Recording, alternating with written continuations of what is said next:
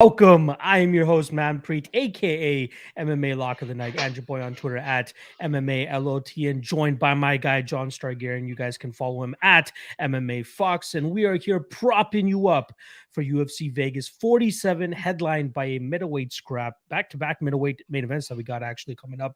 But this one is between Sean Strickland and Jack Hermansson. Very much looking forward to this fight and interested to see how Strickland deals with his first grapple-heavy threat up at 185 pounds, but we'll break that down for you guys a little bit later. John, feels like forever since we've hopped on with each other, man. How's it going, brother? Yeah, not too bad, not too bad. I'm excited to get back into it. I was just saying to you before we came on here, it's very weird that we had 2 straight weeks and then another break. So I'm pumped to be in here. I'm pumped to have a couple months of run in us. But yeah, let's get into it. Absolutely. Yeah, we had the 3 weekends off, then we had 2 events back to back, and then we got a weekend off, and now we got 8 straight coming up. So I'm very excited for that as well. Just quickly glossing over the card, though, is there anything that really sticks out to you in terms of a fight you're excited about from a fan's perspective before we start getting into the betting stuff? Yeah, I mean, I think the one that I'm probably I guess there's 2 fights because of my curiosity that I'm really interested in, even beyond betting. One is Carlston Harris and Shavkat Rakhmonov. You Yeah. have 2 guys who are both 2-0. In Rakhmonov's case, undefeated. And I think we're going to get, as long as no one dies in the first 30 seconds, we should have some questions answered on that fight. Yeah. And then I'm interested in Nick Maximov and Puna Soriano. One of the big questions with Soriano is, can he grapple defensively? And the big question with Maximov is, can he overcome physicality disadvantages? So I'm pretty excited to see what happens. Yeah, there are a couple interesting spots, but that Shavkat versus Harris fight is the one that I'm very much excited about because we get to find out a lot more about both of these guys. Hopefully, it goes at least 7.5 minutes so we can figure out what it's all about. I quickly want to, I've already seen a couple of the comments in there. I know I got the 76ers and I got the Raptors going on the ad, but like for those that have been asking, I love the 76ers, especially this version of them. It reminds me of when I was a big NBA fan, and my favorite player in the league was Allen motherfucking Iverson. So I gotta rep the 76ers when I get a chance. I just got a fitted of theirs a couple weeks ago as well. But I thought I'd get the Raptors just to remind you guys that I'm still Raptors to the death and gotta go with the championship. Are you allowed to be Canadian and not have your favorite basketball player be Vince Carter? I'm still reeling over when he left us for the Nets way back in the day, man.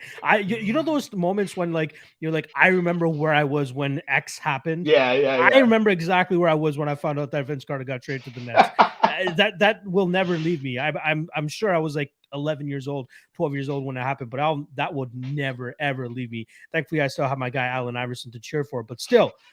That was for the 76ers. So I just wanted to wrap that all up for you guys as well before we continue on with the show. So we got 13 fights. One did fall out. We had Phil Hawes had to fall out against Sam Alvey. And luckily for Sam Alvey, Brendan Allen hops into the fight.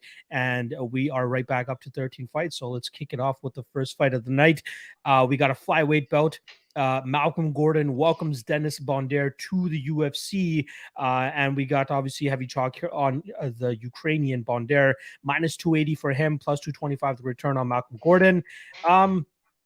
Again, when I can find a reason to cheer for a fellow Canadian, I will do it. I just can't do it here, unfortunately, man. I think Dennis Bondar presents some issues for him. Obviously, Malcolm Gordon, one thing that he's struggled with is his durability, right? We didn't really get to see it come into a play during his Francisco Figueiredo fight because as soon as they touched gloves, this guy shot for a takedown immediately, wanted nothing to do with the hands of Figueiredo, and was able to, there were some very clunky moments from both guys in that fight, but luckily Gordon was able to get the upper hand and eventually take home the decision victory.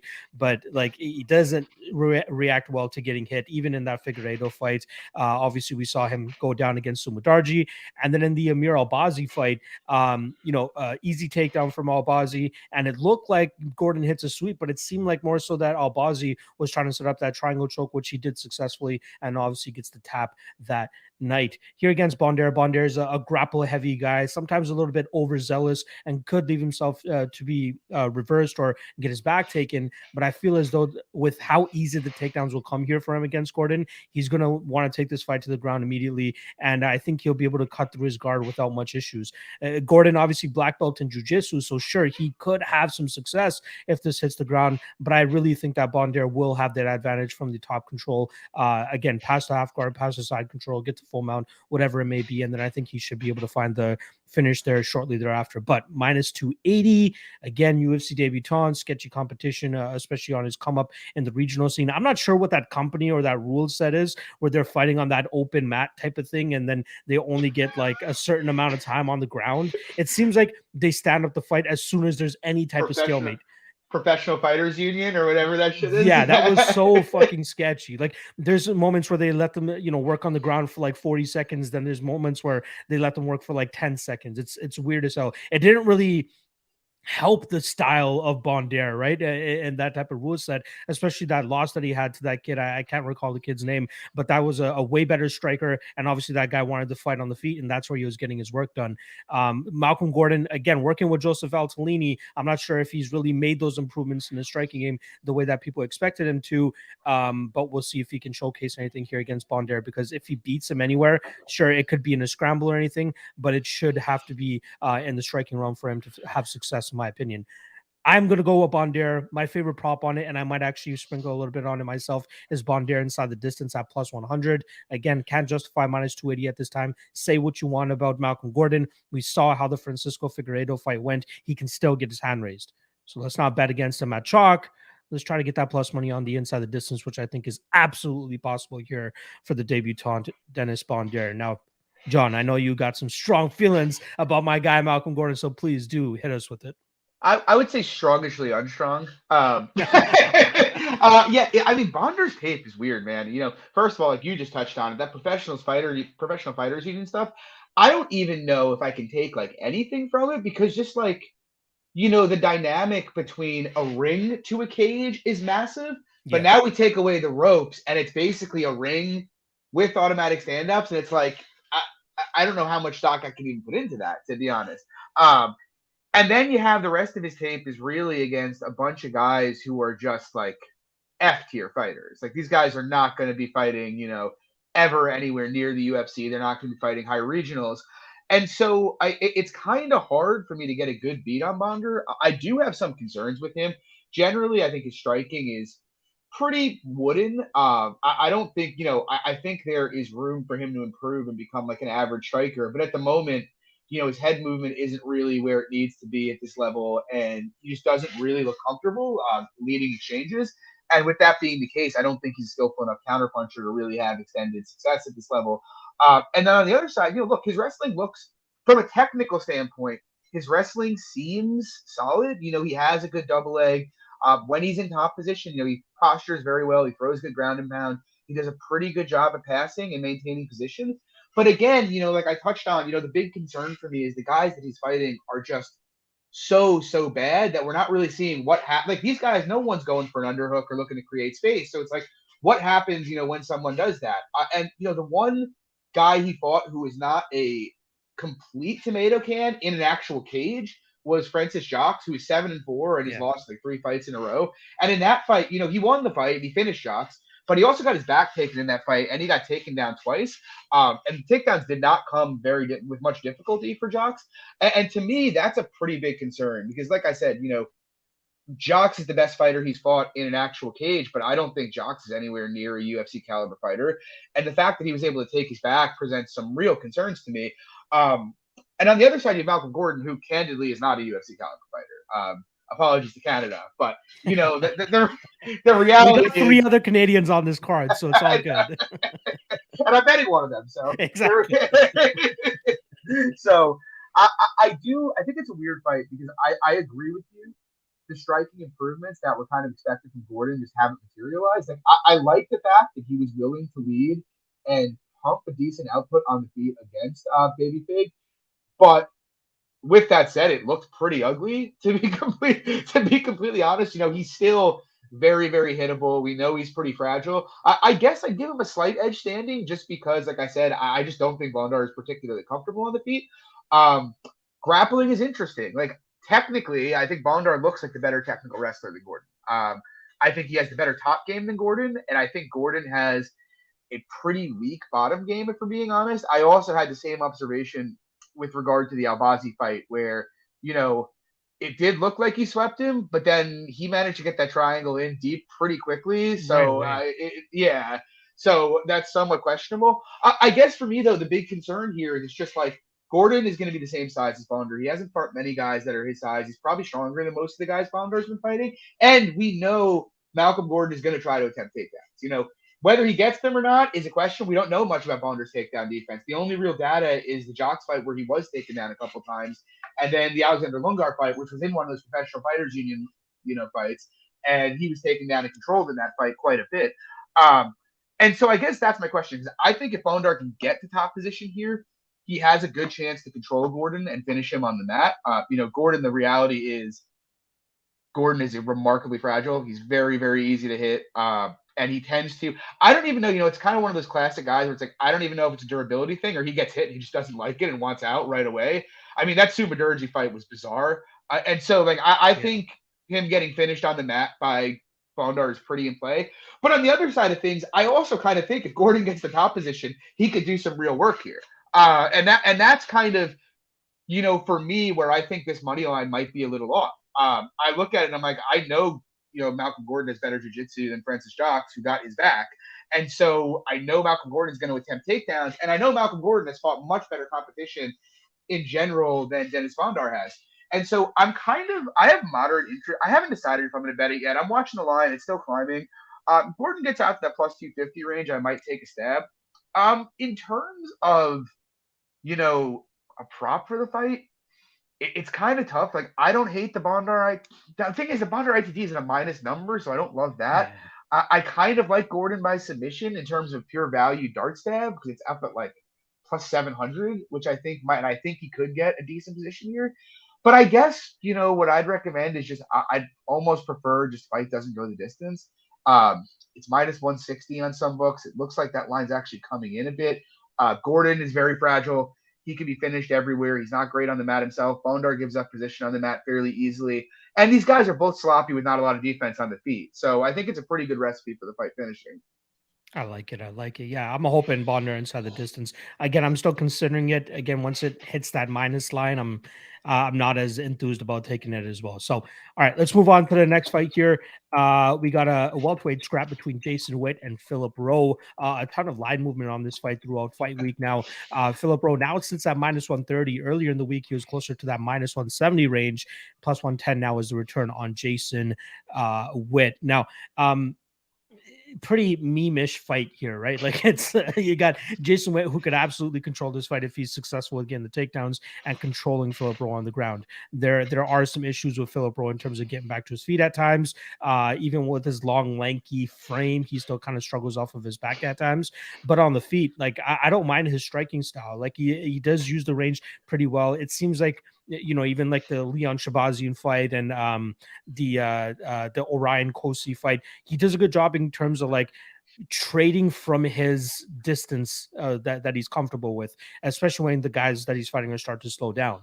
Now, I could see this where Jason Witt's winning 95% of the fight. I forgot who tweeted. I wish I could give them a shout out here, but they're I could see Jason Witt winning 95% of this fight, and then he gets knocked the hell out by a soft jab from Philip Rowe, and that's kind of what it could be here, right? Obviously, the grappling will be in the Jason Witt side, but once this fight is on the feet, I just don't know how comfortable he's going to be after getting hit as many times as I expect him to get hit by a guy like Philip Rowe.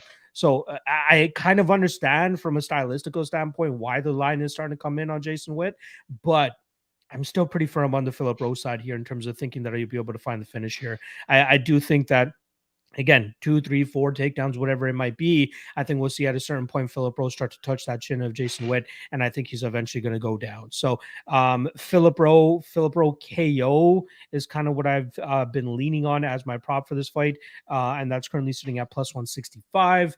There's always the club and sub possibility, so his inside the distance line is currently sitting at plus 110. But yeah, I'm expecting violence here from the Philip Rowe side, and I'm going to stick with him, even with the line kind of moving against what I'm believing here. Again, the majority of the fight will likely be Witt's with him completing takedowns, but I think as Philip Rowe starts touching him up on the chin, and not saying Jason Witt has as bad cardio as Orion Kosi or some of these other guys that Philip Rowe has been able to beat, but we see anytime Witt gets hit on the chin, it's not a good reaction. And I feel like the way that Philip Rowe kind of just maintains that distance when he lets his strikes go will eventually allow him to find that kill shot and put Jason Witt down and knock him out. So Rowe KO plus 165 is a prop that I like the most. How about yourself? Yeah, this is a weird fight. It's actually probably one of the more hilariously entertaining fights on this card, if I'm being honest. I'm pretty excited for it. I love Jason Witt fights. I mean, the round 3 of that Brian Barberena fight was just comedy, pure Yeah. comedy. Dude, I love And how he's trying to like go for his mouthpiece as he's getting punched in the face. Like, dog, we're not going to stop the fight for you to get your mouthpiece. Start fighting back. dude, so bad. So bad. And like, I look at like this fight. It's like my view, I guess, is Witt wants this fight to be boring. That's what he wants. Witt wants to get inside, tie up Philip Rowe, put him on the mat and hold him there. Philip Rowe wants it to be a chaotic Jason Witt fight where Witt's sprinting all over the cage at him. The interesting thing to me is, you mentioned Rowe using his distance, and I do think he uses it well when guys try to strike with him. I don't think when guys have tried to press him, though, he can give up inside position fairly easily. Like Ryan Kosi was able to close distance against him pretty easily once he got through the reach. And I kind of think, it's kind of funny because it's like the real question is Witt closes distance horribly, but like once he can get past the reach, he's got to get Rowe to the fence. So it's like it's when a stoppable object move or a stoppable force meets a movable object here. And like, I do think the early portion of this fight, unless Witt catches like a knee coming in, is going to probably favor Witt fairly significantly. I think he's going to get inside on Rowe. I actually think Witt's a pretty good wrestler. I think he's kind of underrated in general because of how fragile he is and how poor he is at closing distance. But when he gets in there, he always looks pretty good. You look at Barberena, he's easy to take down, but he's never been easy to control. And Witt did a great job the first 10 minutes there. The big problem is I think Rowe should be able to make Witt work enough that his cardio comes into question. And that's a problem because if the lazy shots start coming, he's going to get stuck at range. And you touched on it. I just don't trust Jason Witt for any length of time here at range. I really don't. He reacts so poorly to being hit. His chin is straight up in the air. He doesn't really have any idea how to move his head. And so Rowe, who I actually think is a pretty reasonable boxer, I don't know. I kind of think Rowe's a little underrated, to be honest, but I think both of these guys are. I kind of think if Witt can't, control him and it kind of float on top, and the gas tank starts to go, Rowe puts him out. So it's weird because you think about it from a prop perspective, and it's like, well, Witt's ideal fight probably looks like a Witt decision, and a Witt decision are like plus, I'm seeing plus 250, plus 260. I don't think that's bad if that's the kind of way you skew. On the other side, Rowe, I don't disagree with you. The Rowe KO isn't bad either or inside the distance like plus 120. I kind of think if you want to bet this fight, whichever side you side with, take Witt decision or take Rowe KO. I'd be pretty surprised if Witt finished Rowe. I guess he can knock him out in space, but I don't think he's subbing him. So that's my view on it. I like it. Hopefully it plays out just as memeish as we've been breaking this down, but hopefully it's Phil KO being the ticket that ends up cashing here. All right, let's move on to the next fight here. We got Danilo Marques going up against Jailton Almeida in a light heavyweight scrap. In terms of odds, we are currently looking at minus 410 now for Jailton Almeida and plus 310 the return on Danilo Marques. Now, John, you know me from ages now. I love fading Danilo Marques, and more often than not, it doesn't play out. You know what I mean? I don't mind eating the chalk against this guy because I'm just not a big believer in what he brings to the table. But slowly, he continues to win me over, and I think people are kind of overreacting to the Kennedy and Njokuani loss a little bit too harshly. You know what I mean? He controlled the first two rounds of that fight pretty easily, and then he seemed to give up the striking there to Kennedy and Njokuani, who we've seen on multiple occasions now come back from being down in fights and finish guys later in fights. Does Jailton Almeida have that? I'm not 100% sure, right? He goes out there and more often than not, he's finishing all of his opponents in the first or second round because he just absolutely smashes them on the mat, right? He has decent jiu-jitsu, has good takedowns, can get the guys to the ground and really smash them there. The one fight he actually entered the third round and went to a decision, he ended up losing, right, against Bruno Assis way back in the day. Unfortunately, I don't have access to any of that footage or tape to see how that fight played out, but when you're just looking at the records and you're kind of capping this, it doesn't look good that the one time that he's gone into the third round that he's actually lost. Now, I don't think he's going to be able to finish Danilo Marques as easily as he's been able to finish his past opponents.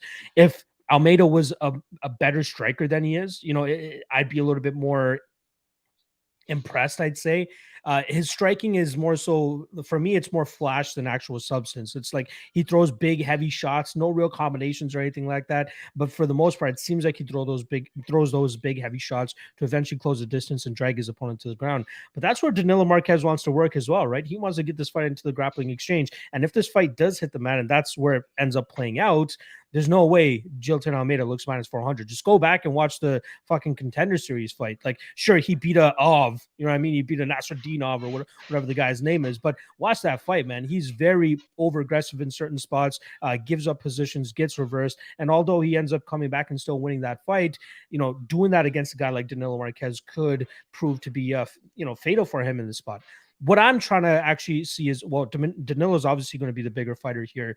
Could he be the ones that ends up landing the takedown, or does he jump on the back like he did against Kennedy and Njokuani and try to control the fight? Almeida is not a minus 400 worthy fighter, in my opinion, at this point in time. Sure, he should be the favorite given his youth advantage as well as his explosive advantage, but his striking, in my opinion, still needs a little bit of work. Not saying Danilo Marques is a great striker in his own right, but I expect this fight to hit the mat at a certain point. That's how either fighter is going to find success in this. And at that point, I give Almeida a slight advantage. So I took the shot on Danilo Marques at plus 325. I think he's worth the odds at that price. And the one prop that's really sticking out to me, I think he could win this fight by decision as well. Plus 800 is his decision line, and I'm going to be taking a shot on that as well, because I do think that if he wins this fight, he's more than likely controlling Almeida on the ground. And as long as Almeida's cardio is not complete dog shit, again, it's something that we just are assuming based on the lack of data to back that up. Hopefully he can survive the 15 minutes, and hopefully Marques can just ride him out for that 15-minute period. So couple of spots that I'm actually liking for this. Like I said, Danilo Marques by decision, plus 800. And even though over 1.5 is currently sitting at even money, I don't think it's going to be as easy for Almeida to finish Danilo as it was for him to finish his past opponents. I will give him the credit for the Ildemar Alcantara fight, former UFC fighter there, but Ildemar obviously on the way down right now, and Danilo Marques seems to be durable, man. He seems like he can take a hit. The Kennedy and Njokuani fight, again, standing TKO, never dropped once in that spot, was just seemed to be overwhelmed by the activity that was coming his way. And will Almeida have that type of output come the third round if he finds himself in a similar situation? I don't know. I'm not paying minus 400 to find out. So again, Marques decision plus 800. Take my money. What about you, John? Yeah, I actually bet Marques this morning. I am Nice. also, I look at this fight and, you touched on it. The one fight we've seen Almeida go to a decision, we haven't seen, but we know that he went to a decision and he lost to Bruno Assis. Assis is probably the best fighter he's fought. Maybe it was Nasruddinov. I don't know. Unclear. We can't find the fight, which sucks because I'd like to know what happened in that fight. But what we do know is that Bruno Assis has been fighting at 185 pounds in the past and fought at 185 pounds of Contender Series. So he lost the decision to a smaller guy. The tape we have on Almeida is pretty much him just, molly-whopping bums for the most part. And then the Nasruddinov fight where he found himself on his back a couple times. He was an underdog going into that fight on Contenders. I didn't think his striking looked particularly coherent. Maybe it's better than what I think it is because there's just not a lot of data on it. So I'm not ruling that out. But to me, I look at Almeida and I think people see a body. Look, the guy is jacked to the tits. Like, that guy is as shredded as it gets. He's obviously an explosive athlete, and he's finishing all these guys very early in fights. But here he's coming up and he's fighting Danilo Marques, who has 3 fights in the UFC. He's 2-1. Marques, I got to give him credit. I was with you, Locke. I bet Khadija Ibrahimov against Danilo Marques, and I bet Kennedy against him, and I felt like I got very lucky in the Kennedy fight. And, you're going to see people watch the Kennedy fight and say, Marques is a bad gas tank. But, if you haven't done jiu-jitsu, you don't understand how fucking taxing it is to put a body lock on somebody. Now, on top of that, putting the fact that he backpacked him for 5 minutes in that fight, and then grappled hard for the next 5 minutes as well. I kind of forgive that. That is exhausting, especially for a dude who's 205 pounds. Like, Marques is a big dude doing stuff that you don't see guys get backpacked in 205. You just don't.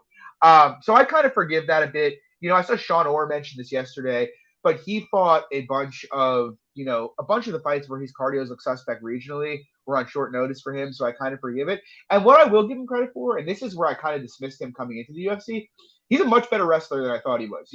He gets in there, he gets in on that single leg very well. He sweeps the back foot out very well. And in top position, while he is a back taker, he's done a pretty good job of controlling guys. Kennedy is not an easy guy to control on the mat. He's easy to take down, but no one's really controlled him before Marques did. And so I look at this fight and I'm like, yes, are there striking concerns around Danilo Marques? Yeah, there are. But are you telling me if he was able to close distance against Mike Rodriguez and like, is it possible Jonathan Almeida is a better striker than Mike Rodriguez? I suppose it's possible. I'd be pretty surprised, to be honest. Um, I'd be surprised if he's a much better striker than Cadiz is. And so, like, I kind of think Marques is going to probably get inside here fairly, especially in a small cage, fairly easily. I think he's pretty likely to get takedowns here. And we don't have a ton with Almeida on his back. He attacks stuff from there. But what happens when black belts who are submission artists get put on their back most of the time? They play guard. And I have no concerns about Marques getting sub from guard, to be completely honest with you. Now, with all that said, I'm not saying I favor Marques outright. Almeida obviously has a lot of question marks. He could be a lot better than I'm giving him credit for. He's an excellent athlete. And if it turns out he's a decent striker, he might just put Marques out. But I don't really see how you can look at this fight and think Almeida should be 80% inclined based on what? Like, what is the data that says that the guy was an underdog on Contender Series? Like, come on! Like, what is going on? I like Marques here. In terms of props, I think you nailed it. Look, I think if you have something like FanDuel that offers you like the double chance play by, submission or decision, I think that you probably are going to get that at plus 500, plus 600. And I think that's not bad because Marques is not really much of a ground and pound guy. So I don't think a KO is very likely. But the decision I think is very interesting because if Marques is smart, he's just going to consolidate half guard here and hold Almeida in place on the mat. He's a big dude as well. He's going to have a big advantage here. He is a big dude. And on top of that, look, I know he's not like young, but he's been getting good work in. He's been working with Nehemiah for a while now. He's got good trading partners. Almeida, I don't know what he is. I'm happy to take a shot at Marques. I think plus 800 for decision is kind of crazy. Like, I feel pretty comfortable saying that if these guys are going hard for 10 minutes, Almeida is not going to have the same amount of gas that fucking Kennedy did in round 3. Like, Kennedy is a cardio freak. So, I like Marques here. I like the decision. I think this line's crazy. I love it. All right, let's move on to the next fight here. We got 10 more to go. We got Alexis Davis going up against Yulia Stoliarenko. In terms of odds, we're looking at minus 240 for Davis and plus 195 the return on Stoliarenko. Now, interesting fight here for Stoliarenko in terms of trying to save her job, essentially, right? I think if she comes out on the losing end, she'll likely get the boot from the UFC. Excuse me. And whatever you got over there, John, is apparently coming through the mics, coming through the earphones, and coming over to me. But either way, I think that this is a great fight for Davis, honestly. People can say what they want about her age. I believe she turned 37 now since her last fight. But still, she's having competitive fights with a lot of the women that she's going out there and competing against. And you can make a decent argument that she actually deserved to win that fight against Patty Kianzad, and which I find interesting, especially considering that fight took place on the feet for 99% of the 15 minutes, right? The only takedown attempt that came from Alexis Davis was at the ending of the second round with like 7 seconds left in that round. And she never decided to go back to the takedown after that, which I found very interesting. Stoliarenko, I like to call her the Lithuanian Ronda Rousey, 7 out of her 9 wins via armbar. So that's probably her only path to victory here.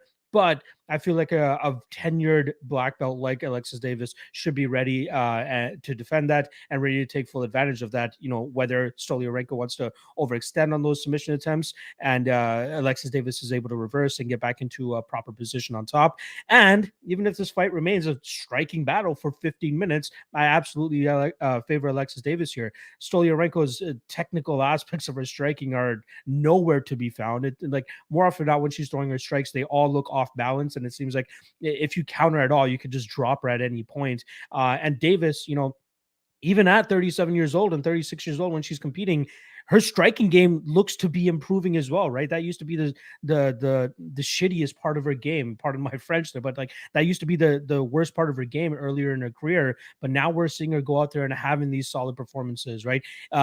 Great fight IQ as well, especially in the Sabina Mazo fight. Came in as a plus 170 dog and put an absolute veteran lesson on her that night. And then the following fight as well with Pani Kianzad. Again, it would have been nice to see her go for takedowns. It seemed like a path to victory that could have been easy for her, but I'm happy that at least we got to see her striking chops against a solid striker in that division in Panikian Zad. So, yeah, I think Davis absolutely wipes Stoliarenko here. One thing I will give Stoliarenko, she's quite durable, so I'd be surprised if Davis actually gets her out of there. So the prop that I'd actually be leaning with is Davis by decision, which is at even money, but I think she's worth the juice even at this minus 245-ish line that she's currently at, man. I don't think Stoliarenko is that good, and I think that this is the perfect spot for Davis to get her out of there. So, yeah, I feel like you might be on the Canadian side here as well, but please let me know what your thoughts on this. Yeah, I mean, I don't think Stoliarenko presents that many issues. It's funny because like going into tape, I kind of had recalled her looking better against Julia Avila than she did because it was kind of a wild fight. But like when I watch her striking, it's just so, she doesn't really throw in combination at all. It doesn't, she does throw off balance a lot, but nothing. Her strikes land with decent impact, but she's not following them up with anything. And against someone like Davis, who's a massive volume striker, that's going to be a problem here. The other thing, I thought one of the big advantages Stoliarenko had, when she decided to come down to 25 was that, she was a decent sized girl. The problem is that advantage isn't really there here. Alexis Davis spent most of her career at 135 pounds. And the bottom line is this would be Davis's worst loss in like 12 years, something like that. It would be, I just look at it and I'm like, what does a Stoliarenko win look like? Probably, maybe, Davis gets bloodied up on the face and she squeaks a close decision where she was probably losing minutes for most of it. Whereas on the other side, I think Davis is going to badly outvolume her here. I'm pretty certain of that, unless Davis just completely falls off a cliff. I think in the grappling, I think Stoliarenko presents virtually no issues. You remember the Yana Kunitskaya fight with Stoliarenko? I think if Stoliarenko tries to grapple, meme city. I think it looks a lot like that though, where she's just going to get bodied. And if she tries to pull guard here, like Davis has much better jiu-jitsu. She has a much better top game. I don't really look. If you want to take the shot on Davis's age, okay, go ahead. But like, I don't think Stoliarenko presents many issues. I actually kind of think Davis could finish her here, to be honest. I think the gap, I think at some point we're going to see Stoliarenko try to pull guard here, and I think the gap on the mat is going to be wide. Like, it's easy to forget, but like once upon a time, Alexis Davis, finished Amanda Nunes. She's finished a bunch of people on the mat in the past. She's finished better grapplers on the ground than Stoliarenko. I actually kind of like the plus 325. Again, to me, this feels like okay, Alexis, you've been going out there and having close fights with like good opponents. We're going to give you one here, can't keep you around. Yeah, I think Davis cruises. I think if you want, take a small sprinkle on the Davis inside the distance. I kind of think that's not bad. That's why I'd rather just parlay Davis or even play her straight than play a prop in this spot, because I absolutely see where you're coming from with the potential finishing upside for the Alexis Davis side here. All right. Let's move on to the next fight. We got Marc-Andre Barriault, another Canadian, going up against Njokuani. In terms of line here, we got minus 120 on Barriault and plus 100 the return on Njokuani. So I actually got in on Barriault late last week at that minus 135-ish line. I thought that line was going to get out of my hands. I thought it was going to get up to minus 170, minus 180, and then all of a sudden it gets down to a pick-em price where I even reloaded on Marc-Andre Barriault at minus 105 because I thought that line was absolutely insane. I don't know. Again, I might be blind. I might be biased, whatever the fuck it might be. But I don't know how you can go into tape and come out of tape and think that Njokuani is the side in this fight. Barriault is durable. Barriault does exactly what he needs to do to win. And that, in this case, and in most fights, is have his opponents on their back feet, push them up against the cage, and may not even go for takedowns, but even just push them up against the cage and, optically speaking, make it look good for the judges there, right? One thing that I found in terms of his difference between before he moved to Stanford MMA, which I believe was right before the Oscar Piahota fight, the difference is he still kind of fights similar, but the difference here is before he went to Stanford, he would just push these guys up against the cage with not much offense, really, right? He would just try to control them and try to think that was enough for him to win the rounds. But now you see him kind of pushing these guys up against the cage, and then letting go at a certain time and letting combinations go, getting some damage off, and then getting that position back. That's what he was able to do against Abu Azaitar in certain spots. He did it against Lungi and Bula, keeping him on the warning track, staying cognizant of that big power that's coming his way. And something I found interesting on the outside or the fallout of that Dalcha fight is Dalcha followed him down to Sanford MMA and actually trains with him now. So maybe he found something that he likes from that Sanford MMA crew that he wants to implement into his own game. But with Barriault, moves forward at all times. Very rarely do you ever see him take a back step. Sure, his striking and his technique could use a little bit of work still, but it is the easiest thing in the world to push Chidi Njokuani to his back foot. There's certain times in Bellator fights that you see of his where he's the one kind of pushing his opponent up against the cage, and as soon as his opponent kind of just lands a strike off of the cage, Chidi starts moving backwards, and it's just comical seeing the quick flip from Chidi kind of pushing his opponent up against the cage, and then him going to the complete other side of the cage and just allowing his opponent to push him up against the cage. And that's exactly what you see here. Barriault pushes forward, pushes his opponents back to the fence. Chidi Njokuani more than likely accepts that spot more often in his fights. And I find it interesting because he's the Muay Thai guy here, right? But there's nothing that I really saw in his clinch game that makes me worried that Barriault is going to catch a knee up the middle or anything like that. The way Chidi gets his work done best, at least from what I've seen outside of the Mario Souza fight, which I'll touch on very shortly here, is when his opponents allow him to kind of kickbox at range. I believe it was the Kato fight. I can't remember the guy's first name, the one that knocked out Joe Schilling. He just allowed him to play at that range, and Chidi was just able to get ahead on points and really outstrike him from that range, especially with his lankiness, right? And then the Mario Sosa fight. It seems like as soon as he dragged Sosa to the ground, he either hurt him or found the groove that he needed to get Sosa out of there, which is what he eventually did in that third round. But man, Barriault is durable. Barriault's tough. I think he'll be able to take a shot on the chin, which he'll probably eat a couple of them on the way in here. But I think he pushes him up against the cage and just absolutely wrecks him there, controls him. I don't know. I don't think he finishes him, but I think this looks like a classic Marc-Andre Barriault fight. So I'm already on the money line for Barriault, but I don't mind his prop as well for a decision to win that at plus 200. Excuse me. I like that as well. I'm going Barriault decision. What about yourself? Yeah, I'm pretty much in lockstep with you here, so I'll keep it relatively short. Look, I think when you look at Chidi, it's like he does some things very well. You know, if you give Chidi an outside kickboxing match, he is very good at playing that game. He's much better at Barriault as a kickboxer. The problem is it's so easy to shut down what Chidi does, which basically is just pressure it. Chidi backs right up to the fence, as you touched on. He's very easy to pressure, and he does not, honestly, he has not reacted well to being bullied throughout his career. When guys have gotten in his face and really gotten physical with him, he has, I don't want to say he's quit, but he's wilted pretty hard. I mean, just like a perfect example here, Rafael Carvalho. Now, granted, Carvalho grappled more than I expect Barriault to, but Carvalho out-physicaling Chidi in the clinch. I mean, I'd legit make Barriault minus 400 against Carvalho. Like, I think he would batter him. And Carvalho is horrible, man. I have that guy won. Put some respect on the former Bellator champ there, bro. No one was fighting there. Like, it was I know. As soon as he fought Mousasi, he's like, okay, never mind. Yeah. I mean, the guy's taken L's left and right since Bellator got relatively good. You know, I just think Barriault would cut through him. I honestly think, you know, unless Barriault has a stroke before he goes into the octagon and decides that he's not going to pressure and he's going to stand a distance, I don't think he's going to have any issue getting Chidi to the fence. Look, Chidi has good knees. He's got good elbows in there. Could he do some work early in this fight to him in there? Yeah, I suppose he could.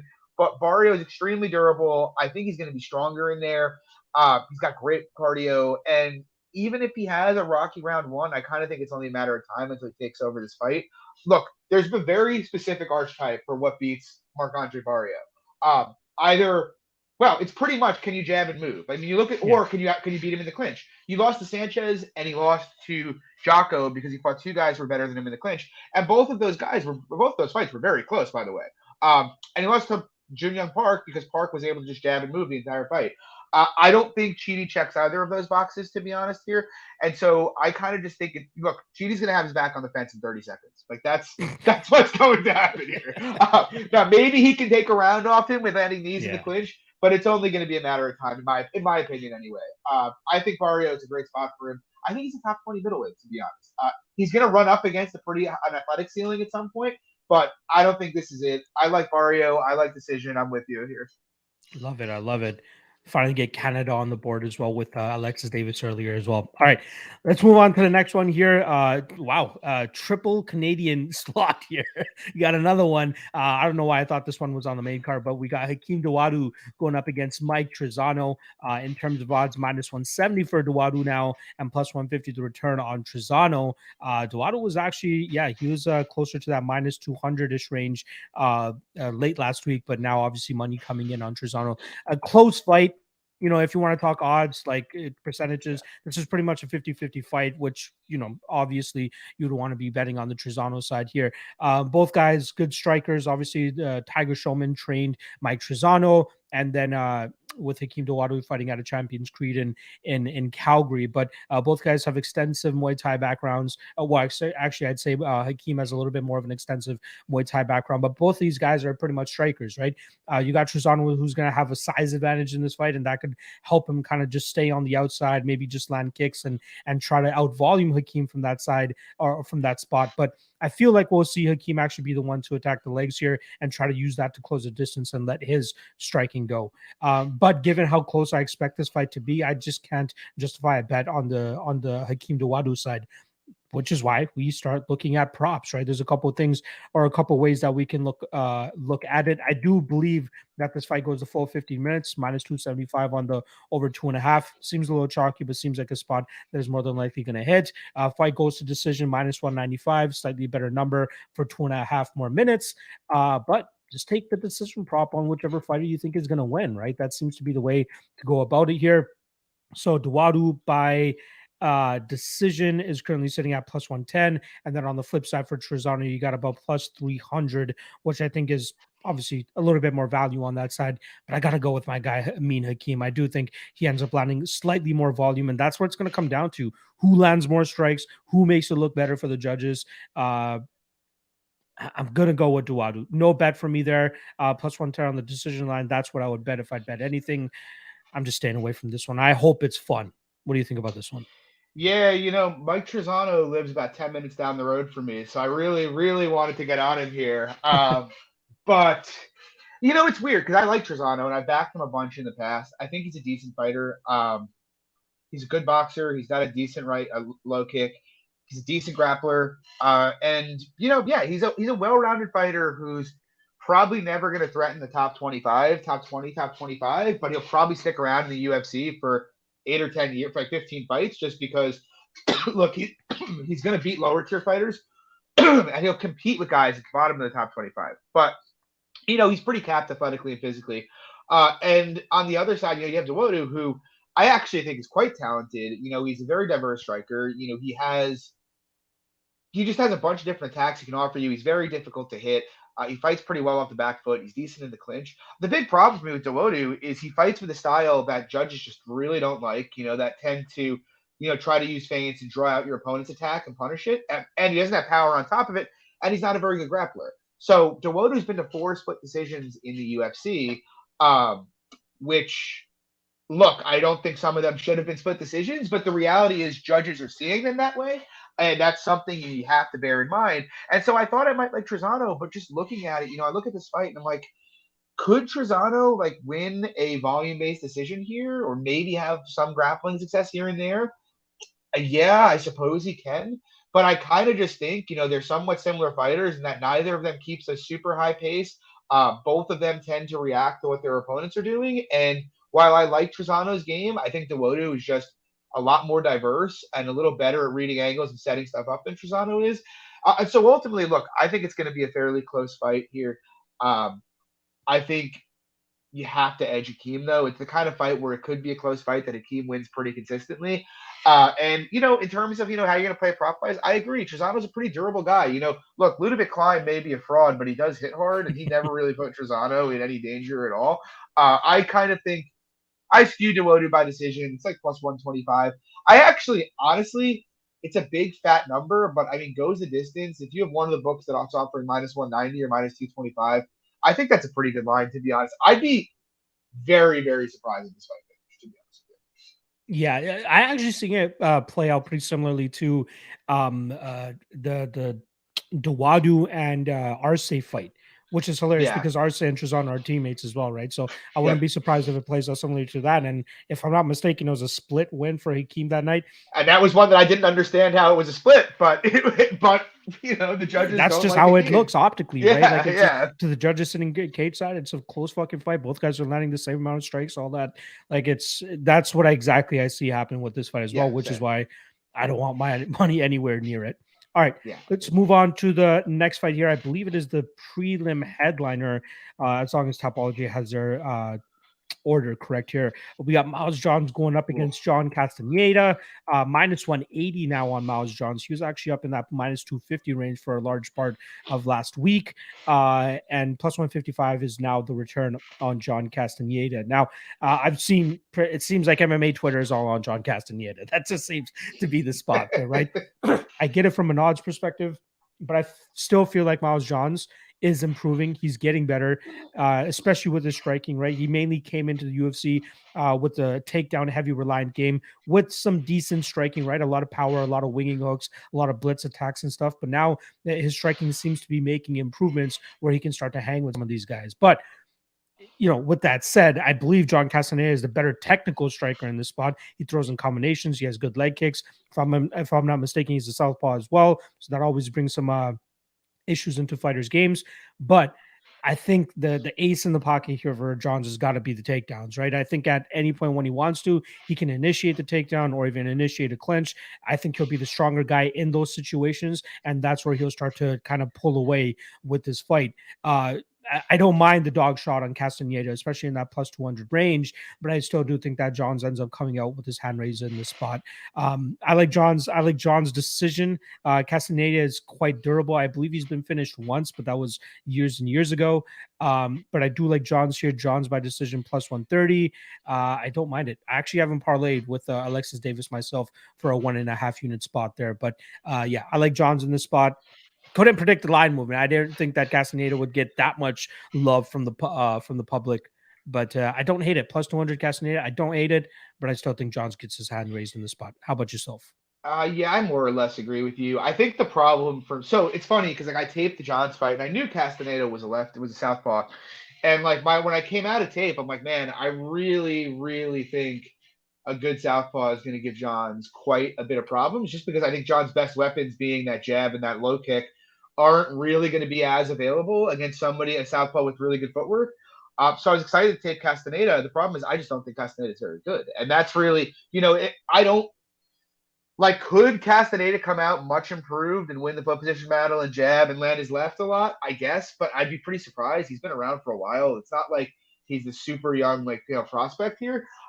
Look, the bottom line is what I'm looking for in someone that's going to beat John. It's either a very technical southpaw or a guy who keeps a pretty high pace, because I think John's pace can be questionable at times. And I just don't see Castaneda having either of those things. I think Johns has a pace advantage. I think if Castaneda tries to wrestle him, Johns is the better wrestler, personally. He's probably the better submission grappler, if I'm being honest.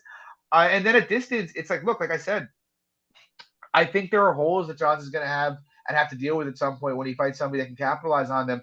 But I just don't see Castaneda as that guy. He's very wild when he comes into the pocket. He's going to be there to get hit. He tends to be low output. Even though Johns may not be able to damage the calf as much as, he was able to with ADS, who was fighting Orthodox, he's still going to be able to land it, and he's probably going to be able to land it pretty much at will here. I don't want to say I don't think Castaneda can trouble him, because I do think, Johns is, probably a little overrated, but I also kind of think everybody's looking to fade Johns now, and they're getting behind the wrong guy. This happened with Kevin Natividad a couple fights ago, and I bet Johns when it came down to minus 140. I was like, you guys crazy? Have you watched Kevin Natividad fight? And I kind of feel similarly here. It's like I am eager to fade Johns in the future, but you have to have a guy that can execute a game plan that can consistently win that fight. Plus 200, I guess, but even that, I don't really love it. I don't know. I don't really see it. I think Johns is probably going to win this fight pretty cleanly. But yeah, I like Johns' decision. I wouldn't lay Johns minus 200 just because I don't think, he doesn't have the volume of finishing upside for me to really trust that. But yeah, I mean, if you're interested, play John's decision. I think he's going to win this. Frankly, I hope he gets a finish here so that it actually can set up a decent fade for us on another run. There you go. There you go. One thing I will say about him, he is starting to, well, he has proven me wrong a couple times now in terms of his cardio. I used to think that he had a pretty bad cardio issue, but now back-to-back third round finishes. If he doesn't wrestle, it looks pretty good. Yeah, exactly. And I think that's where you see the striking improvements from him too, where he's more confident in his hands and no, he doesn't have to rely on the wrestling too much. He might have to hear. So we'll see how that cardio holds up for him in the spot. All right. That brings us to the main card and another opportunity for me to remind the 90 live viewers that we currently have. Make sure you guys hit that like and subscribe below, and then show my guy John some love as well for his Club and Sub podcast, which usually goes down Wednesdays at 10 p.m. Eastern. Link is in the description below. Make sure you guys go check that out and hit a subscribe for my boy. All right, main card time. Kicking things off, we got Julian Erosa coming in at minus 310, Steven Peterson plus 245. Now, it's always interesting to see Julian Erosa in that minus 300 range because some days his chin shows up, some days his chin doesn't show up, and that's where you got to be concerned whether you want to be laying that type of chalk on him. But stylistically speaking, this seems like a great matchup for him to stick and move, use his range very well, use his kicks to stay on the outside, and just kind of uses awkward, unorthodox type of movements to get his striking game going and pull away with this fight. Steven Peterson has some decent power in his hands, but it's not to a point where I'm like, oh my God, he's probably going to knock the fuck out of Julian Erosa here. But again, will Julian Erosa's chin show up with him when he walks up to the cage this Saturday night? That remains to be seen, and that's the main question in this spot. I feel good about Erosa in this spot. Like I said, great stylistic matchup for him. Even on the ground, if he wants to drag it to the ground, it's not too bad of a spot for him. But the one fight that I keep going back to is the Caceres and Peterson fight, which I feel is a good blueprint for Julian Erosa to follow. Even though he'll likely be on his back foot for the majority of this fight, if he can stick that jab out enough and throw a couple combinations, he should start to get ahead on the judges' scorecards, just like Alex Caceres was able to do in that fight. So I'm a fan of Ocho, right? I like his style. Another Fortis MMA guy, obviously coming in there with Miles Johns, but metrics matter in this fight, in my opinion. I think that advantage in the height and reach that Erosa will have. Again, I thought it'd be a little bit more pronounced. I think it's only 3 or 4 inches on either side there, but still, I think it will be pronounced once they actually step inside the cage and we see Erosa start touching him up from the outside. But I don't want to touch that. I don't want to touch that money line. Thank God we do this prop show. And that's where I started leading with Erosa by decision at plus 150. Not too bad of a spot. I think if he stays safe, if he stays on the outside, this is his fight to win over 15 minutes. And I think that's how he gets it done. How about your side? Yeah, I guess for me, coming into it, I kind of was intrigued by the Peterson line just because, if I was to design a fighter in a lab to beat Julian Erosa, it would be someone that's very aggressive, has good cardio, and is very durable. But Peterson is those things, and he can wrestle a little bit, and Erosa can be taken down. The problem is, though, the more you dive into it, it's just like, the reality is I like Peterson, too. He seems cool. He's fun to watch. He very rarely has boring fights. He's a punching bag on the feet, though. He's so easy to hit. Even his grappling, yes, he'll land takedowns, but he doesn't do the best job of maintaining position. He's fairly easy to, out scramble. Like, you talked about the Caceres fight, and that's one that was a close fight. Peterson made that a grimy fight. But the other side that you also had the Luis Pena fight, which was not a very close fight. And Julian Erosa is, in my opinion, significantly better than Luis Pena. I think even if he gets taken down, he should be able to scramble to safety fairly easily here. Is the Peterson knockout live? Look, it's Juicy J. He fights with his hands down and his chin straight in the air. The knockout's always live. But the reality is he's a superior fighter when it comes to pure skills. What I actually, though, and so I expect him to win this fight pretty clean. Yeah, Peterson can knock him out. I suppose you could draw up a scenario where Peterson lands 6 to 8 takedowns or something like the Caceres fight, but I have trouble seeing it. What I really like here, though, is the ends inside the distance and the under. People are going to talk about Peterson's durability and the fact that he hasn't been finished, and he hasn't, and he looks durable. The reality is, though, he's never fought somebody in his career as dangerous as Erosa is. The fact that Caceres doesn't hit as hard or throw as many attritional strikes. Luis Pena certainly doesn't either. And on top of being very dangerous on the feet, Erosa is extraordinarily dangerous on the ground. You combine that with the fact that, Erosa has a penchant for getting knocked out and Peterson is going to push a pace. We're going to get two guys one of whom is a prolific finisher who also can be finished, and they're going to be fighting at an extraordinarily high pace, and I'm going to get that under at a plus number. I like under, and I like doesn't go the distance. All right. A little bit of head-to-head there, but again, it's not like something I'm going to be betting on as well because I'm going to stay away from this fight. All right, let's move on to the next one. We got the TUF 29 finale here pretty much. They should whip out the trophy one more time and see who actually deserves it. We got Trizano Gore coming in at -160 and the actual winner of the Ultimate Fighter Season 29, Brian Battle, coming in at +140. It was roughly a pick 'em with Trizano Gore as a small favorite early on when this line did drop, but now it seems like more money coming in on him, and I don't really understand it myself. Trizano Gore, just watching his tape, fast hands, explosive, has some decent power, has a good head kick, trains out of American Top Team in Georgia under the Lima brothers, Douglas and Diego, that is. But it seems like his bread and butter is his striking. He likes to stay on the outside, try to get his striking going, use the faster hands, use his speed to his advantage, which more than likely he's going to have in this fight against Brian Battle. On the flip side, I think Brian Battle is just the overall better fighter, though, right? And the guy looks in fucking ridiculous shape now, too, compared to what we saw on the Ultimate Fighter. But sure, Gore, better striker, but Battle's quite durable. And not to mention the level of competition he's been going up against since the amateur days is amazing, especially again to be going up against guys like Cody Brundage and Impa Kasangana on the amateur scene before even making it pro is solid amount of experience for a guy like Brian Battle. More often than not, he does end up kind of like falling behind early in fights, but manages to claw back and either finish his opponents or win a decision. And I think that could happen here if his durability holds up, which I believe it will. I think he eventually starts drowning Trizano Gore. There's a fight on Trizano's record against a guy named LJ Jones, who was apparently the shit on in the NFC, according to my guy Dan Levy, and was having some solid success on top of Trizano Gore there. Gore didn't look like he had much to offer off of his back, and obviously we want to leave room for him improvement, especially from a younger fighter like Trizano Gore. So I'm not saying he's just going to be a fish off his back this weekend, but that just is not a good look. And I would have loved to see that fight play out over 15 minutes. Unfortunately, as soon as the first round ended, LJ Jones gets back to his feet and his MCL or ACL is completely gone. It falls on his knee, just looks really bad, and they call off the fight. Trizano Gore gets carried around the cage like he just knocked his ass out, which was very frustrating for me to watch as a viewer, but is what it is. Again, Gore looks like a great striker. Speed is obviously going to be his advantage here, but I think that Battle will get through that. I think he'll be able to drag this fight to the ground, and I think he could actually finish Trizano Gore the later that this fight goes. So I like Battle as an underdog. I think it's a solid line at +140. I got in today at +145. But in terms of actual prop here, Battle inside the distance at +330, not too bad of a line, man. I think he actually finishes Trizano Gore in the second or third round here, either with ground and pound or submission. I would rather just play it safe and take the inside the distance at +330. How do you feel about this one?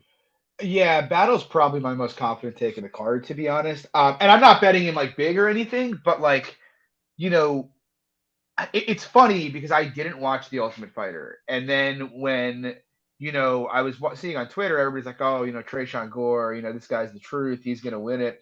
And so, like, I was expecting to like Gore coming in because, like, I'm familiar with Battle. I knew he had, he has some defensive issues for sure. But man, taking Gore, I don't really look. He hits hard. He's relatively fast, and he throws decent leg kicks. But other than that, I don't really see what he does very well. You look at his career, loses a split to Robert Hale as an amateur. His first fight in, professional fight to a guy who's now 0-3, barely squeaks a split against Prince Ellerby. To your point, the LJ David Jones fight, that fight, he was starting to get the shit kicked out of him at the end of that round, and then Jones' knee gave out. And so he has 3 fights professionally. Then he comes to TUF. He fights Ryder Newman in the first fight, and Newman just does nothing. Really, just like kind of stays back, was like literally just looked terrified the entire fight.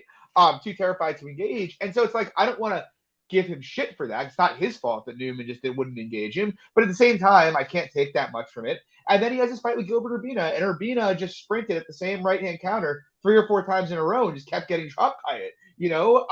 Look, he hits hard, but I've seen this guy struggle to beat pretty poor fighters. Plus, he has 3 fights. He has virtually no experience, on top of which he's very, very low output. And, what's even more interesting to me, he had his first amateur fight at 2014. So this guy is not like new to MMA. He's been around, I have to assume, training, but it doesn't look like he's made very many improvements. And now he's fighting Bryan Battle, a guy who has, I believe, across amateur and professional, 20 fights, 7 professionally. He beat, as you touched on, Brundage and Impa regionally. Someone in the chat, I think Brandon touched on it. He lost a split to Billy Elicana, who people are going to know about. Elicana is actually pretty solid as well. And now, you look from a stylistic perspective. Look, Battle has big issues defensively. There is no question. He can be cracked in the pocket. Like, there is no question about that. And if he gets melted here in the first round by Gore, will I be stunned? No, not really. It could definitely happen. But Battle also is pretty big. He's pretty long, and he has a fucking motor on him. Like, the guy is super, super, super busy, and he stays busy. Gore, on the other hand, is not busy at all. I don't really think Gore does a great job of closing distance, and I actually do think Battle does a decent job of moving in the cage. And in terms of the grappling, look, there's very limited grappling footage on Gore. The one fight is the LJ Davis fight where he took Davis's back and then lost position and looked pretty bad off his back, and I didn't really like how loose he was when he took Davis's back, to be honest. So a lot of this is guesswork, but I have a feeling Gore isn't really much of a grappler. And I think Battle actually is a pretty decent grappler. You look at the fight with Petrosky. Yes, Petrosky was getting him down. Petrosky's an excellent wrestler. Yeah. And Battle looked pretty competent. I kind of think people saw the Urbina fight and saw him kind of like slip into mount early in that fight, and everybody's like, oh, Battle sucks. And it's like, not really, actually. Battle actually has shown like a pretty strong competency as a grappler. I guess I think the line should be flipped. I think Battle has a set of skills in his output, cardio, and grappling that translate well to the UFC at 185, whereas outside of leg kicks, I don't think Gore has anything that really translates to the UFC. Plus, we have the experience side of the Battle. I think what I like here, I like the Battle decision because I don't think he's a big hitter, and I think whether or not he finishes is going to depend on how proactive a wrestler he is in this fight. Plus 400 for decision, I like that a decent bit. All right. Talk about one of the best last name matchups we've ever had. Battle versus Gore. That sounds like a boxing match from like a Simpsons episode or some shit. I love it. All right, let's move on to the next fight here. We got short notice Brendan Allen stepping in to fight Sam Alvey here. Now, this fight is actually taking place at 205 pounds, and you betcha Brendan Allen at chalk here at minus 435. Return on Sam Alvey at plus 330. Now, I did my Phil Hawes breakdown, obviously, before the Hawes fight pulled out. And well, one of the interesting things I found about Sam Alvey during his 7-fight run that he's on right now, where he's 0-6-1, the one thing that we can kind of still rely on him for is his takedown defense and his ability to get back to his feet. That's why I was actually picking Alvey to knock out Phil Hawes, as I did expect Phil, who was just coming back from a knockout loss of his own, to try to proactively grapple in that fight unsuccessfully, and then he'll eventually get knocked out by Sam as the cardio start to wear on him.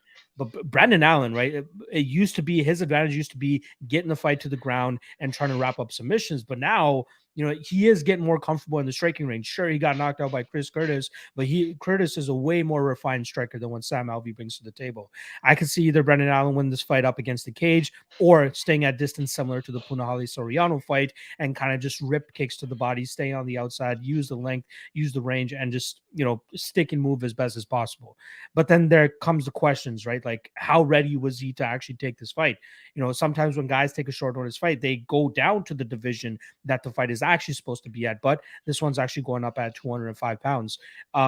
Sure, there's a massive skill discrepancy here in favor of Brendan Allen, in my opinion. And I think his ability, if he decides to stay safe and not chase takedowns, which could possibly, gas him out a little bit here. Because again, say what you want about Alvey's run, man. The guy still looks to work to get back to his feet almost every single time. Not often a lot of guys have success with keeping him down. And then even his takedown defense holds up pretty well. If Allen goes out there and tries to grapple him heavily here, and is unsuccessful with it, who knows how ready he is to go another 13, 12, 11 minutes for this fight. And we've seen, if he gets touched as well, he could possibly go down.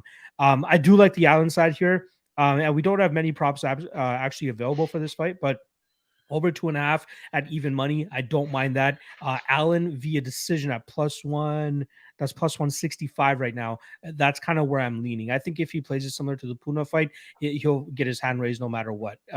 That's the way to stay safest and stay away from that big power of Alvey, which I believe he still has here. So I'm going Allen decision +165. How are you seeing this one? Yeah, I mean, you know me, I'm a sucker for losing money on Sam Alvey. And 2 years ago, I would have bet Alvey in this spot pretty big because look, I think Alvey for his career has largely been overrated. He fights ugly, but he's found a style of fighting that kind of works around his limitations, athletically. But the problem is, look, I just watched Alvey lose striking fights to Julian Marquez and Wellington Sherman back to back. Like, those are just fights that Alvey wouldn't lose at his peak. He would kill those guys coming into the pocket. There is just I would have, and I bet him in both of those fights. Turman especially, Turman is a very poor striker. For Turman to be able to get off on his game like that much on the feet, I can't take a shot at Alvey here. Like, even though I want to, Hawes was a bit more tempting just because at least Hawes, you have historical fragility with him. You touch Hawes and the guy kind of keels over and dies. But in this fight, I don't know. I kind of think Brendan Allen. Look, I don't think Allen can really grapple him here. Like, maybe he can get a takedown or two, but I don't think he can hold him there. Jump I'm on pretty his sure back he can. or something. Yeah, Alvey's a good grappler. I mean, he is a good defensive grappler. So, but I don't think Allen needs to do that much. Like, if I'm Henry Hooft, I'm saying just keep him for 15 minutes. Yeah, literally, just literally. That's all he needs to do, really. So if Allen fights smart, it's a very easy fight for him. Yeah, I mean, Alvey could knock him out, I guess, but I think Alvey's power is clearly waning. It's been a long time since he's really hurt somebody standing. The guy's, what is he, 42 now? He is not young. Yeah. He's up there. So I think it's a pretty easy fight for Allen. Would I lay the chalk? No. What I do kind of like, I like the over here. The over is at about -110, or the goes distance is about -110. Alvey is historically durable. Allen isn't a huge hitter. I don't mind a shot at Allen by decision at +160 either, to be completely honest. But yeah, I mean, Allen should cruise here. I can't really see Alvey presenting any issues. I like it. All right, let's keep this train moving on because this is the fight that I believe both of us are most excited about. We got Shavkat Rakhmonov coming in at -235, +190 the return on Carlston Harris. Now, Shavkat was around that -280-ish line for a little while, and then the love started coming in on Carlston, and deservedly so, right? It's funny because there wasn't a lot of hype on Shavkat coming into the UFC, right? The Cowboy Oliveira fight, interesting fight there. Obviously, he was able to find that finish in that fight. And then the next fight against Michel Prazeres will give him, some due here. And the fact that he was the first person to ever finish Michel Prazeres and the way that he did was very impressive. But this is a decent case that both those guys were over, way past their prime, or at least for Cowboy Oliveira past his prime. Prazeres, obviously 39 years old. That was probably the most comical fight to see, optically speaking. I think even DC was, yeah, DC so was bad. DC was even commenting. He goes, "It would look like me versus Volkov if I stayed at heavyweight," and he's absolutely right, man. The fucking size difference there was absolutely insane. But here he's going up against another big guy in Carlston Harris, who kind of likes to fight similarly to him. In terms of the striking, I give a slight advantage to Shavkat, as I feel he's a little bit cleaner compared to the, falling over his shot style of Carlston Harris. When he throws his strikes, it's more so to try to knock your head off. He's more of a pot shotter than anything, rather than throwing in combinations. But he gets his best work done when he can get that double underhook, takedown, trip takedown. That's how he usually gets his grappling going. And then from there, he either finds submissions, ground and pound, whatever it may be. I hope we get to see these guys tussle, right? Like, I want them to grapple. I want them to get into that clinch exchange. I want this fight to hit the mat and see who comes out on top. I think Shavkat's grappling is legit. I think it's good. His jiu-jitsu is good. But something that when we first talked about this fight, we DM'd about it. Something that you brought up is it seems like Shavkat gives up those double underhooks a little bit too easily. We saw in the Prazeres fight. We saw in the Cowboy fight. You can see it in other regional tape as well. And that's Carlston's go-to move. Gotta believe he saw that on tape and has been preparing for it, but how prepared can he be? Because I feel like in those exchanges, Carlston Harris will likely be the stronger guy, and then he might be able to dictate where this fight ends up going. But I just don't know if Carlston, can can keep it up long enough to keep Shavkat in trouble here. I think Shavkat has a better gas tank. I know we saw Carlson win a 5-round decision over Carl Booth on the regional scene, but this ain't Carl Booth. This is Shavkat, who I believe still has some solid potential and good things to do inside the UFC. But it is also very concerning when you see Carlson, when he gets hit cleanly on the chin, does not react well. And I feel if Shavkat can find those shots, he will have tremendous success in the striking range. We saw Christian Aguilera hurt Carlson a couple times before he ultimately got dragged to the ground and submitted. Impa Kasanganay couldn't really get anything going there. He obviously got TKO'd in that fight, but I feel like Shavkat could find those shots a little bit better here. And then even on the ground, Carlson might have early success, but as the fight starts to wear on, I think that we'll see Shavkat start to take over. So a couple things that I'm actually looking at here. The over 1.5 at -140 is not a bad look in my opinion, especially if they start grappling. I think we're going to get a lot of cases of just stalemating where both guys are trying to jockey for a position or try to find a better entry to a submission attempt or whatever it may be. -140 on the over 1.5, don't mind that. I still do, though, think that Shavkat will get the finish, but a little bit later on in this fight. I think he'll eventually clip Carlson Harris and either find a club and sub opportunity or continue to pound him out and get that ground and pound finish. Shavkat inside the distance is +100. Shavkat in round 3 is currently sitting at +1,000. Those are the two props that kind of intrigue me the most. But if I were to lay any action, like official money action on this fight, it would likely be the over 1.5 at -140. I favor Shavkat. Don't think the odds should be as wide as they are, but I still think he ends up getting his hand raised in this spot. How do you feel about this matchup? Yeah, so I bet Carlson Harris here. I think, look, I think if you take the two of them, I think I'm more bullish on the ceiling of Shavkat than I am on the ceiling of Harris. I kind of felt like coming into his UFC stint, whenever he was betting Christian Aguilera, that like people were really overestimating Harris's wrestling because of how body lock reliant it is, and because, obviously, to hit body lock takedowns, eventually that's going to stop happening. You're going to fight guys that can pummel for underhooks. But, it just so happens that in this fight, he's fighting a guy in Shavkat, like you touched on. Gives up double unders very easy. And I know he stayed up against Oliveira and Peterson, but getting takedowns from the body lock is all about use of weight. And neither Oliveira or Peterson really knew how to land takedowns or those trips from that position, whereas Harris excels at it. I guess what interests me most, though, so like I think Harris, if he can close distance, and it's a big if Harris can close distance, I think he can have big success grappling here. It would not surprise me to see Harris just get to the body lock, take him down and dominate, or just kind of control him in the clinch for large swaths of this fight. At range is interesting, right? Because I think, and this is why I kind of think I'm more bullish on Shavkat long term. Look, Shavkat's a much more polished boxer. That's pretty clear. He's got much faster hands. His shots are a lot straighter. He can actually counter and set stuff up. Whereas Harris is much more like a berserker who's just going to try to come forward and throw shit at you. And that could get him into trouble here. But I think Harris might have issues closing the distance. But once he does, I actually don't really like Shavkat's, defense either, to be honest. He's very good at measuring distance. But when guys tend to get inside, his head is there to be crushed. We saw it happen to him regionally a couple times. And Harris, as janky and weird as his striking looks like, he does hit hard. He hits pretty hard in there. And so I do agree with you. I favor Shavkat on the feet because I think getting inside will be tough. But I actually think Harris can have some success on the feet. In particular, I think it's interesting because Shavkat's always the biggest guy in all of his fights.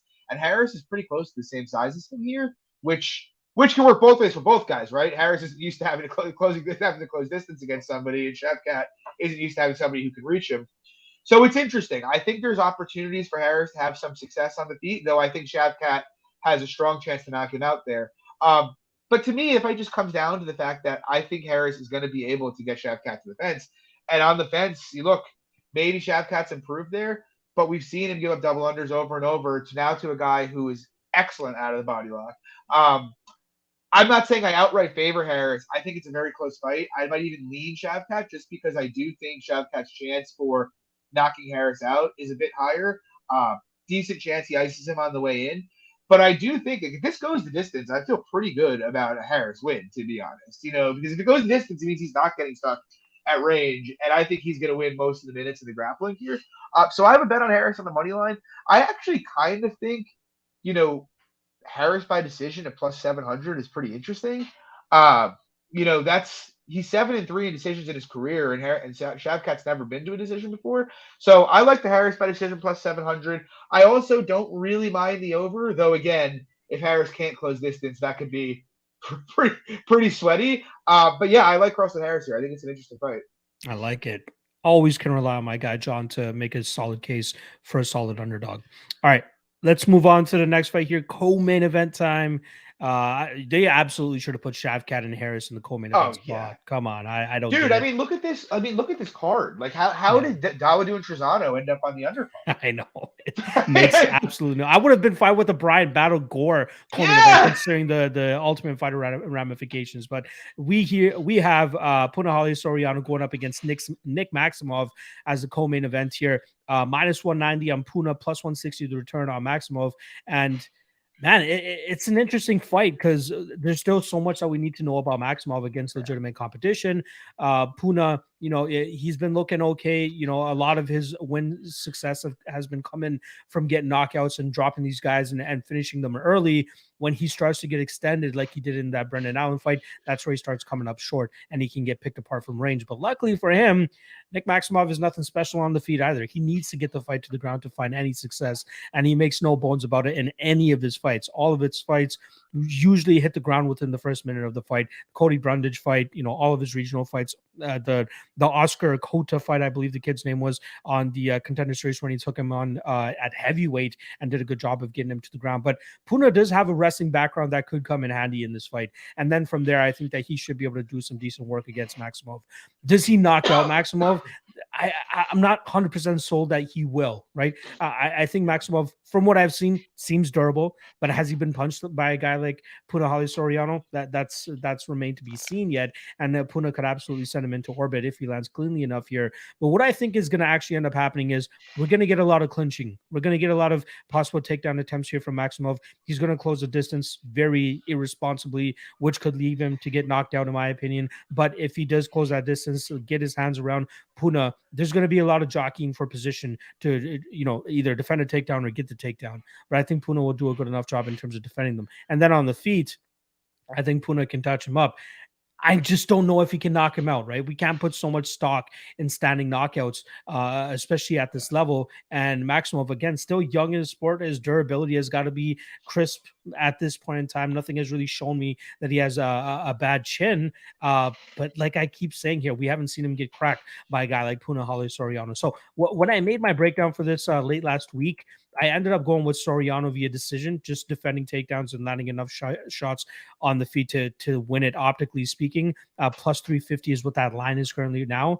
The reasoning for that also for me is with defending all the takedowns that he's going to be defending, maybe the power starts to get off of his strikes here. I think that's where he starts to, land shots, but not maybe to the fullest extent where he's able to knock out a guy like Nick Maximov here. So Puna, I think he's the side.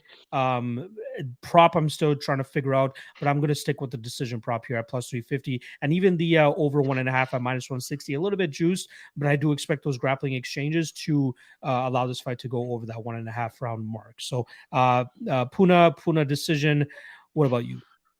Yeah, I think it's a fascinating fight. Like, I really want to like Maximov, but the questions are so significant here. In particular, the questions about what Puna's ground game is like defensively, and what Maximov striking is like. What I will say for Maximov is I do think he does a pretty good job of avoiding damage to close the distance.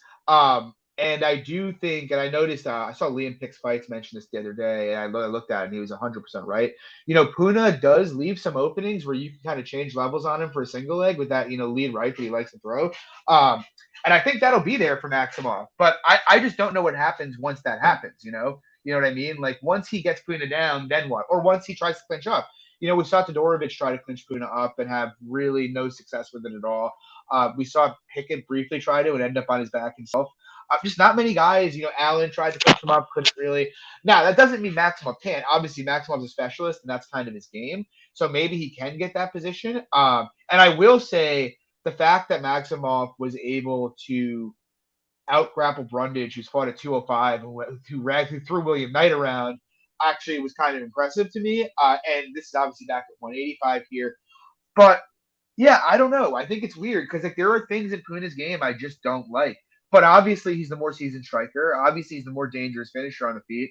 I hate the fact that he only throws headshots and doesn't go to the body. It I makes know. avoiding those, dude. It makes it so. You saw Allen around in that fight realize he could Yeah. just go high guard and not get hit by anything. It just makes it so easy to close distance on him. But I do think Puna has a lot of finish equity early in this fight. And I think it could be a pretty dicey first round. But I sort of think if Puna can't get Maximov out of there, Maximov pushes a kind of fight that is absolutely exhausting. He is not going to be the guy that like tries to takedowns and then it's like, all right, we'll bang it out. He's just going to keep coming and coming and coming. And if he doesn't get killed, we've seen Puna's gas tank go redline very quickly. I think the fight probably turns pretty dramatically here later in the fight.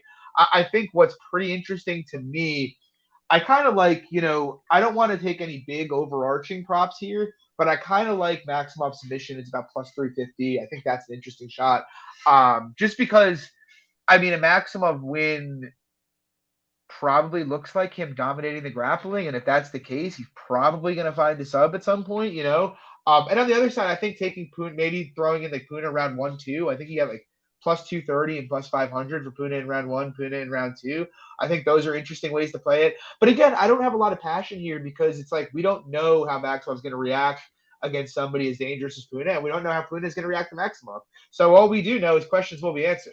Yeah, exactly. And I'd rather not have my money on a fight Yeah. where questions will be answered as well. But glad that you went with that side as well. All right. Main event coming right up. Shout out to the 100+ live viewers that we currently have. If you guys haven't already, hit that like and subscribe below, and then show my guy John some love as well for his podcast, which is the Club and Sub podcast. Link is in the description below. Give them a subscribe over there. They go live every Wednesday night at 10 p.m. Eastern time. All right, main event here. We got Jack Hermansson going up against Sean Strickland, minus 210 on Strickland, plus 175 the return on Jack Hermansson. Now, this is the first time we're going to see Sean Strickland go up against a grapple heavy fighter, or at least somebody with a solid wrestling base in the middleweight division, right? I think the last guy that we saw him really have to deal with a guy with a grapple heavy base was Court McGee several fights ago, who went 0 of 11 on takedowns.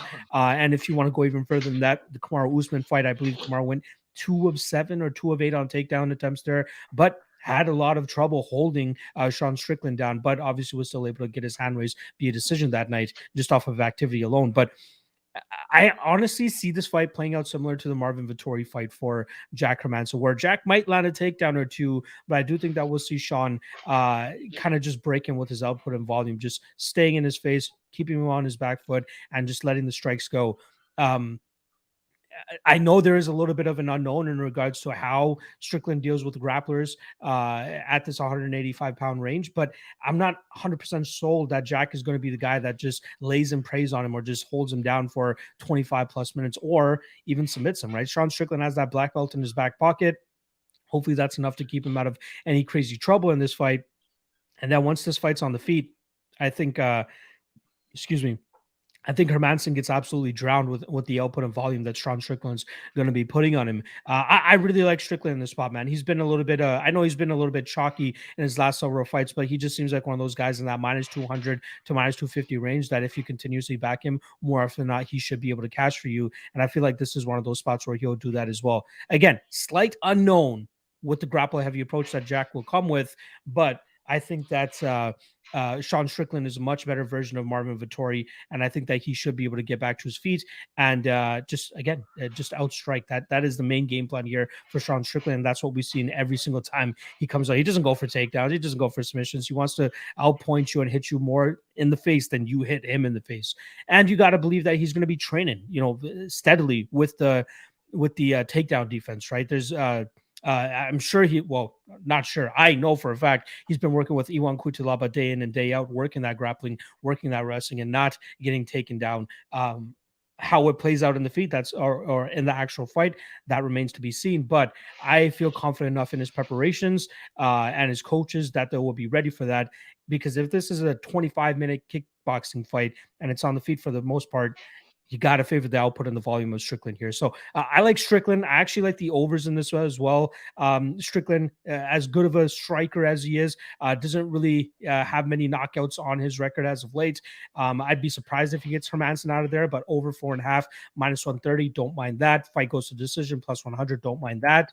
And then ultimately, the specific prop here for Strickland via decision plus 150. I don't mind that spot either, but I even like Strickland at this minus 200 spot myself. How about yourself?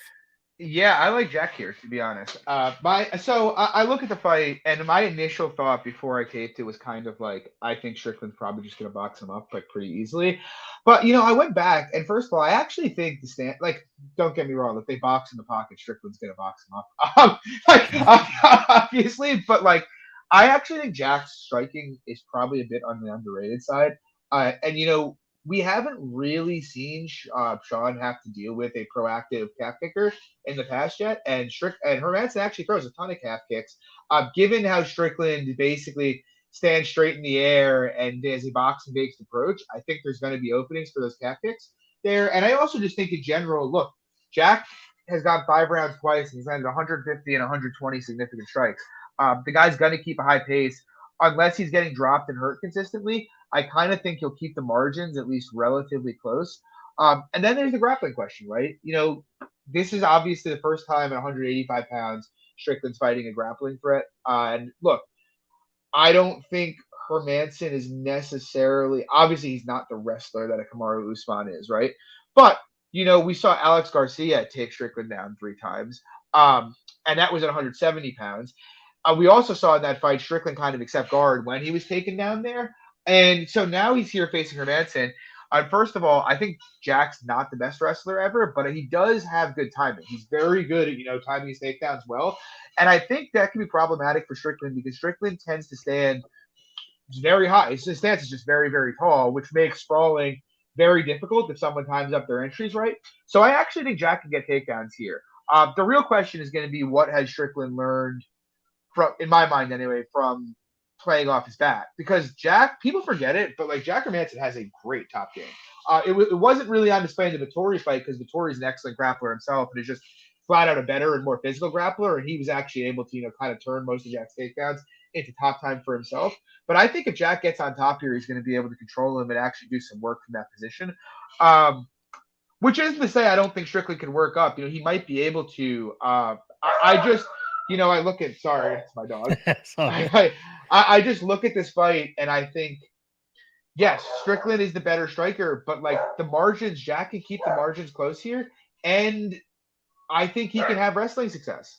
That's just – I favor Strickland ever so slightly, like 55% here, but I think there's going to be openings for Hermansson to win this fight. And I just trust the level of competition he's fought. Like, if you look at Strickland since he came back at – 185, he fought Jack Marshman, Christoph Jocko, who can't beat anybody that fights with any volume. Uriah Hall is pretty much the exact same story here.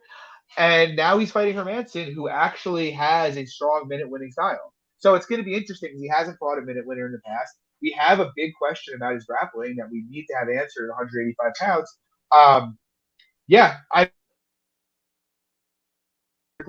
But I think Hermansson can do some work here.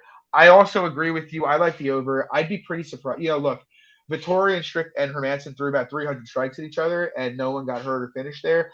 I'd be a little surprised to see Jack get finished. And I think Strickland, what he has shown on the mat, his guard retention is good enough that I'd be a bit surprised if he got subbed or finished from top position. So I like the over. I like goes the distance, and I really like Hermansson by decision here.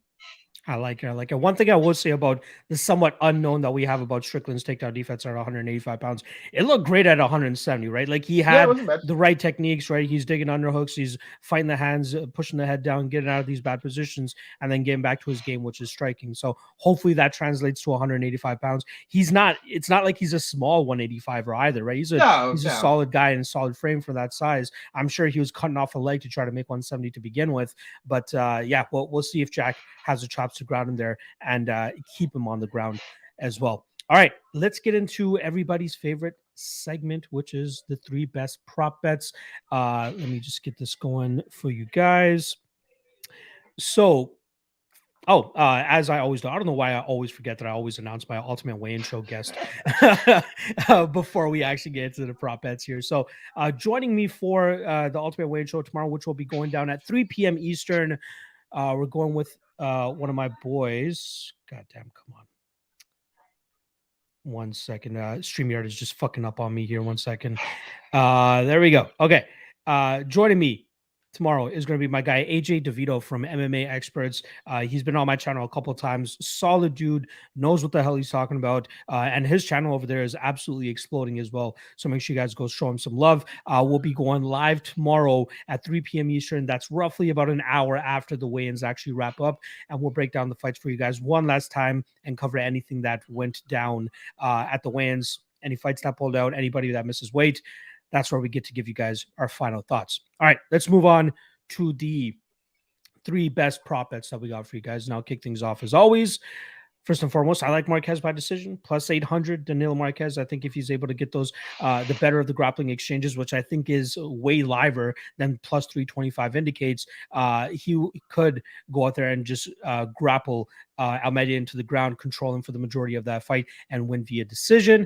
Plus 800, I think that line is just absolutely whack. So we'll see how that goes down. Next up, I got the Rakhmonov and Harris over 1.5. Again, I think that we'll see a good majority of this fight take place in that clinch battle with either guy trying to jockey for position, either trying to defend a takedown or get a takedown of their own. And I think they'll be able to kind of nullify their jiu-jitsu at least long enough for this over 1.5 to hit. And then I think Rakhmonov will start to take over later and eventually find a finish of his own. But we just need 7.5 minutes to get out of there first. And then lastly, I'm going to go with Bondar inside the distance at plus 100.